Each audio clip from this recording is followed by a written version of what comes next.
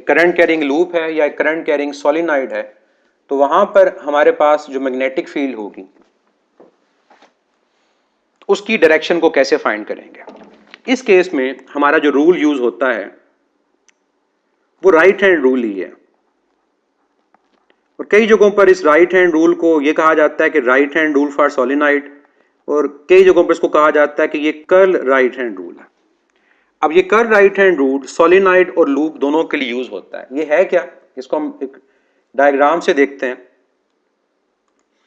ये आपके पास सामने आपको नजर आ रहा है कि एक सोलिनॉइड है और सोलिनॉइड में करंट पास कर रहा है, जिसको आप एरो से रिप्रेजेंट कर रहे हैं। अब जिस डायरेक्शन में करंट पास कर रहा है उस डायरेक्शन में क्या होगा, डायरेक्शन ऑफ करंट के अलोंग अब आपके फिंगर्स रोटेट करेंगे। जिस डायरेक्शन में करंट होगा उस डायरेक्शन में आपने क्या करना है, अपनी फिंगर्स को रोटेट करना।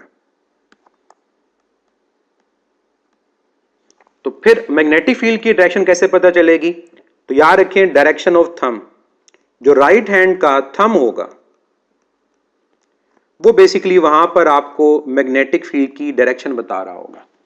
तो अगर आप यहां पर देखें कि हमारे पास जो करंट है उसकी डायरेक्शन क्या है और थंब उसके अकॉर्डिंग किस डायरेक्शन में है, तो आप इजीली जज कर लेंगे कि हमारे पास ये रूल किस तरह से अप्लाई होना है। और फिर फेस देखना है कि फेस कौन सा है जहां से हम देखें, तो ओपन फेस आप देखेंगे इस लूप का, तो इसका जो ओपन फेस है वो लेफ्ट साइड पर है।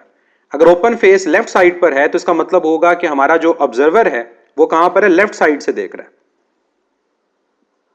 तो ऑब्जर्वर अगर लेफ्ट साइड से देख रहा है तो थंब लेफ्ट की तरफ है। अगर थंब लेफ्ट की तरफ है तो हम ये कहेंगे कि जो लेफ्ट एंड होगा इस सोलिनॉइड का वो क्या होगा, वो नॉर्थ होगा, और जो राइट एंड होगा वो क्या होगा, वो साउथ होगा। तभी आप लोग देख सक रहे हैं कि जो थंब की डायरेक्शन है वो क्या है, वो टुवर्ड्स लेफ्ट है। तो लेफ्ट की तरफ हमारे पास मैग्नेटिक फील्ड की डायरेक्शन इंडिकेट हो रही है सोलिनॉइड के लिए। और जो यहां पर आप फिंगर्स की रोटेशन देख रहे हो, वो फिंगर्स की रोटेशन हमारे पास किसके अलोंग है, वो फिंगर्स की रोटेशन यहां पर करंट के अलोंग है। तो करंट के अलोंग आपकी फिंगर्स रोटेट हो रही हैं, और थंब जो है वो इंडिकेट किसे कर रहा है, मैग्नेटिक फील्ड को इंडिकेट कर रहा है।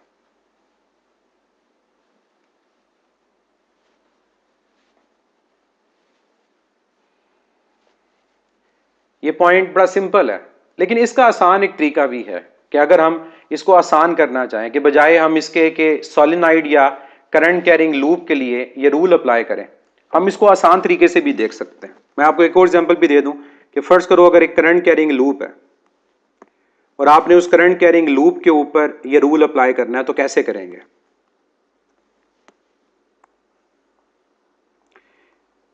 यहां करंट लेट से मूव कर रहा है अपवर्ड, यहां करंट मूव कर रहा है डाउनवर्ड। अब यहां पर जो करंट की डायरेक्शन है वो ये है। इस करंट की डायरेक्शन में क्या करेंगे, आप फिंगर्स को रोटेट करेंगे। तो आप अपने पेपर के ऊपर जरा ड्रॉ करके देखिए और मुझे आंसर बताएं कि अगर आप इस करंट की डायरेक्शन में अपनी फिंगर्स को रोटेट करते हैं तो थंब कहां आ रहा है, थंब की डायरेक्शन क्या है। क्या थंब हमारे पास इस प्लेन के इनवर्ड आ रहा है, क्या थंब इस प्लेन के आउटवर्ड आ रहा है।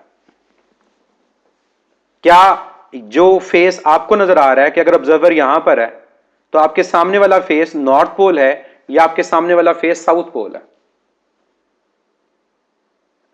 जी बिल्कुल, इनवर्ड टू द प्लेन। यहां पर जब आप अपने रूल को अप्लाई करोगे राइट हैंड रूल, तो राइट हैंड रूल के अकॉर्डिंग जो मैग्नेटिक फील्ड की डायरेक्शन आएगी वो क्या आएगी, वो इनवर्ड आएगी। ये आएगी डायरेक्शन मैग्नेटिक फील्ड की। और अगर मैग्नेटिक फील्ड की डायरेक्शन आपसे क्या है, आपसे अवे है, इसका मतलब क्या होता है, अगर मैग्नेटिक फील्ड की डायरेक्शन जो है वो आपसे अवे है तो इसका मतलब क्या होता है कि आपके सामने जो फेस बन रहा होगा उस बार मैग्नेट का वो क्या बन रहा होगा, साउथ, और आपसे जो अवे बन रहा होगा वो क्या बन रहा होगा, वो नॉर्थ बन रहा होगा। तो साउथ हमारी तरफ है और नॉर्थ हमसे अवे है। इनवर्ड मैग्नेटिक फील्ड जो है वो साउथ से नॉर्थ है, और आउटसाइड अगर मैग्नेटिक फील्ड को देखेंगे तो वो क्या होगी, वो नॉर्थ से साउथ की तरफ आ रही होगी, और ये लूप कंप्लीट हो रहा होगा। अब इसको आसान करते हैं कि हम इतना जो रूल है इसको बजाय यूं याद रखने के हम किसी दूसरे मेथड से इस रूल को अप्लाई करें। तो यहां पर मैं जो रूल बताता हूं इसको याद रखने का, वो क्या है, बड़ा सिंपल सा है कि जो आपके पास लूप है या जो आपके पास सोलिनॉइड है, आप उसके फेस को देखेंगे और उसके फेस को देखकर यह सिर्फ देखेंगे कि डायरेक्शन ऑफ करंट क्या क्लॉकवाइज है या एंटी क्लॉकवाइज है। जो भी हमारे पास फेस होगा सोलिनॉइड का या लूप का, आपने सिर्फ यह देखना है कि क्या डायरेक्शन ऑफ करंट क्लॉकवाइज है वहां पर या एंटी क्लॉकवाइज है। अब इस क्लॉकवाइज और एंटी क्लॉकवाइज को भी आसान कर दिया जाता है एन और एस को लिखकर। अब मैं अगर यहां पर एन को लिखता हूं तो आप मुझे इसको देख के बताएं कि मैंने एन को लिखते हुए जो एरो लगाए उससे डायरेक्शन क्या पता चल रही है, क्या डायरेक्शन हमारे पास करंट की क्लॉकवाइज है या एंटी क्लॉकवाइज है। और अगर मैं एस को लिखते हुए उसके एजिस पे एरो लगा देता हूं तो क्या ये करंट हमारे पास क्लॉकवाइज है या एंटी क्लॉकवाइज है। जी, एन को लिखते हुए आपने ये देखा कि जो करंट की डायरेक्शन है वो क्या है, वो एंटी क्लॉकवाइज है। तो यही आपका रूल है। अगर सोलिनॉइड के या लूप के फेस पे करंट की डायरेक्शन एंटी क्लॉकवाइज होगी तो वो फेस क्या बिहेव करेगा, वो फेस नॉर्थ पोल बिहेव करेगा और ऑपोजिट वाला साउथ पोल होगा। और अगर हमारे पास जो करंट की डायरेक्शन है उस सोलिनॉइड में या उस लूप में वो क्लॉकवाइज है तो वो क्या बिहेव कर रहा होगा, वो साउथ पोल बिहेव कर रहा होगा। एग्जाम्पल से मैं आपको समझाता हूं ये दोनों कि फॉर एग्जाम्पल मेरे पास ये एक सोलिनॉइड का फेस है जो मुझे नजर आ रहा है, मतलब मैं सामने से इसको देख रहा हूं और मुझे ये नजर आ रहा है कि यहां पर जो करंट की डायरेक्शन है वो क्या है, वो एंटी क्लॉकवाइज है। तो मैं सिंपल देखूंगा कि करंट एंटी क्लॉकवाइज है तो ये फेस क्या है, नॉर्थ। तो मेरे सामने नजर आ रहा है कि ऑब्जर्वर यहां से इसको देख रहा है तो ये नॉर्थ है, और जो बैक साइड से यहां देख रहा होगा उसको वो नॉर्थ नजर नहीं आएगा, उसको क्या नजर आ रहा होगा, उसको साउथ नजर आ रहा होगा।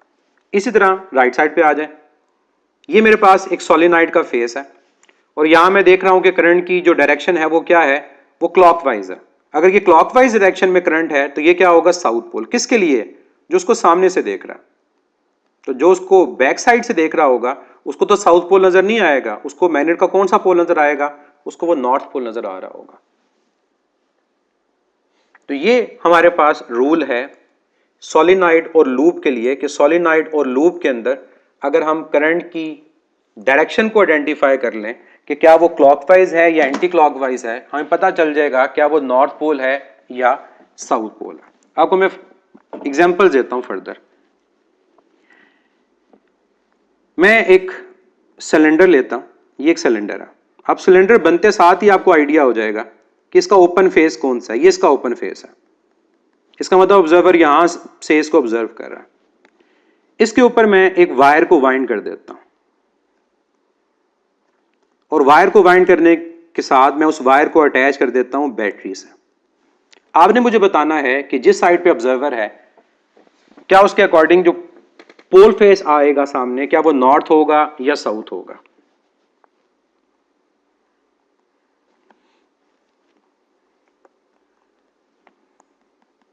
इसमें भी ओपन फेस यहां पर है।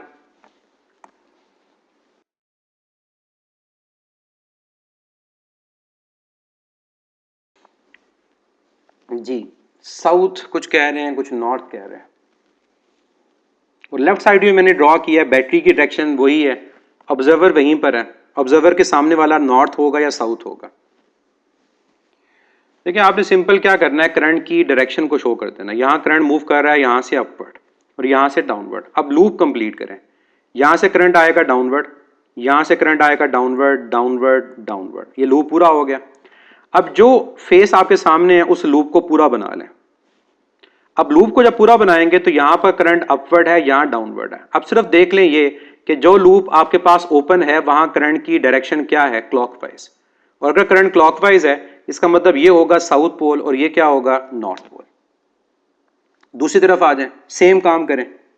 अब अगर मैं सेम काम करता हूं तो देखिए मैंने वाइंडिंग को रिवर्स कर दिया, साउथ दोनों में नहीं होगा।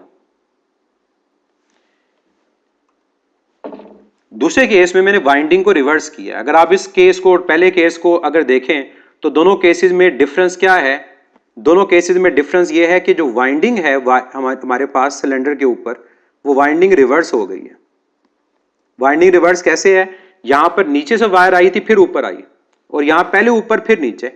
अब यहां पर चाहे बैटरी का कनेक्शन वही है, लेकिन जब मैं यहां पर अपने इस लूप को पूरा करता हूं तो मेरे पास अब ये जो पोल फेस होगा वो सेम नहीं होगा, क्योंकि पहले करंट नीचे से ऊपर आ रहा था, अब ऊपर से नीचे आ रहा है। अब ऊपर से करंट जब नीचे आएगा तो मैं पोल फेस जब यहां देखूंगा तो अब ये कौन सा होगा? नॉर्थ, और ये कौन सा होगा? साउथ। और अगर आपको आइडिया ना हो रहा हो तो इस साइड को पूरा करके देख लें। इस साइड को पूरा करके देखेंगे तो करंट क्या है? क्लॉकवाइज। तो ये क्या है? साउथ, और ये क्या है? नॉर्थ। तो जिस साइड पे आप लूप इजीली पूरा करके फेस को देख सकते हैं वहां पर आप देख लें। तो यहां पर जो बताने का मकसद था वो ये था कि चाहे बैटरी का कनेक्शन सेम रहे, लेकिन अगर आपकी वाइंडिंग क्या हो जाए? रिवर्स हो जाए, तो आपके जो मैग्नेटिक पोल्स होते हैं वो क्या हो जाते हैं? वो चेंज हो जाते हैं। नॉर्थ साउथ में, और साउथ किस में चेंज हो जाता है? वो नॉर्थ में चेंज हो जाता है। क्लियर है ये पॉइंट? कि वाइंडिंग को रिवर्स करने से जो पोल फेसेस होंगे वो क्या होंगे? वो चेंज हो जाएंगे, वो सेम नहीं रहते। और ये आप खुद से ड्रॉ करके देखिएगा, आपको आइडिया हो जाएगा। अब जिस तरह से वहां पर क्वेश्चन था ना कि हमारे पास दो कंडक्टर्स हैं स्ट्रेट, करंट की डायरेक्शन सेम, अट्रैक्शन या रिपल्शन, इसी तरह से लूप में भी क्वेश्चन आते हैं कि अगर मेरे पास दो करंट कैरिंग लूप्स हैं और वो दोनों करंट कैरिंग लूप्स आमने सामने पड़े हुए हैं, face by face, side by side नहीं। फेस बाय फेस का मतलब होगा कि प्लेन एक दूसरे के सामने आ रहा है। तो अगर हमसे एग्जामिनर यहां पर पूछे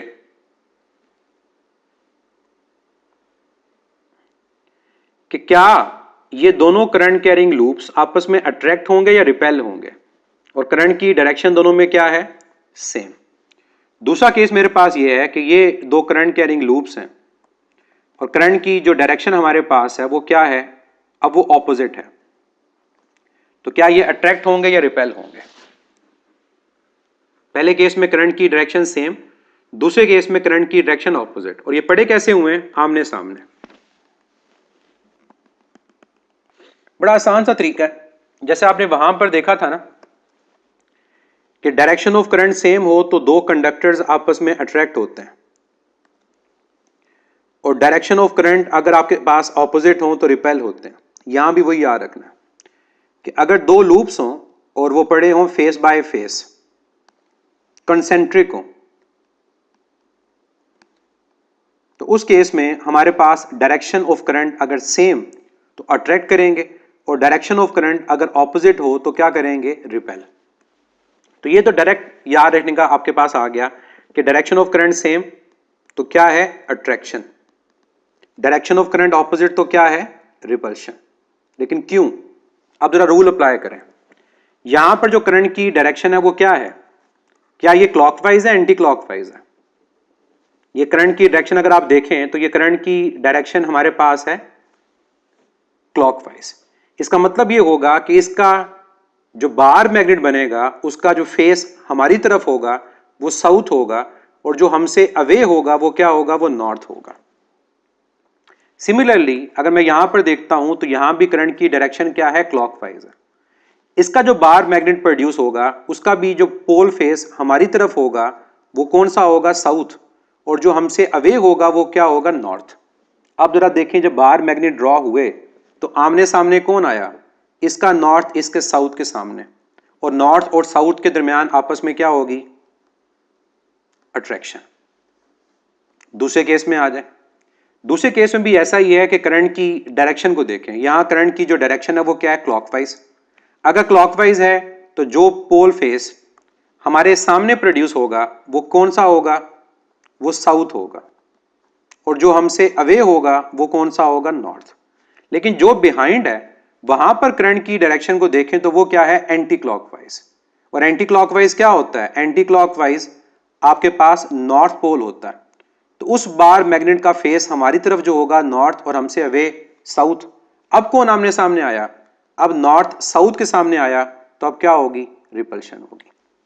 तो जो ऊपर ये कन्वेंशन है ये आपको बड़ा हेल्प करती है ऐसे क्वेश्चंस को सॉल्व करने में, और ये आगे जाकर इलेक्ट्रोमैग्नेटिक इंडक्शन में भी हेल्प करेगा नॉर्थ और साउथ को इंडिकेट करने के लिए कि अगर हमारे पास सिंपल एक लूप बना हुआ है, ये एक लूप है, चाहे रेक्टेंगुलर है चाहे सर्कुलर है, और आपको बस इतना पता है कि यहां जो करंट की डायरेक्शन है वो क्या है, क्लॉकवाइज। अब सिंपल कह देंगे कि ये पोल फेस क्या है, ये साउथ है, और जो इसके बिहाइंड है वो क्या है, वो नॉर्थ है।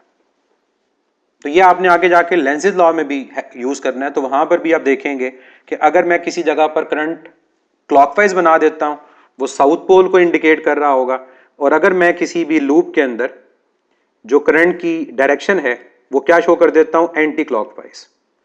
तो एंटी क्लॉकवाइज बगैर कोई रूल अप्लाई किए हाथ घुमाए आप सिंपल कह देंगे कि वो फेस कौन सा है, वो नॉर्थ पोल है।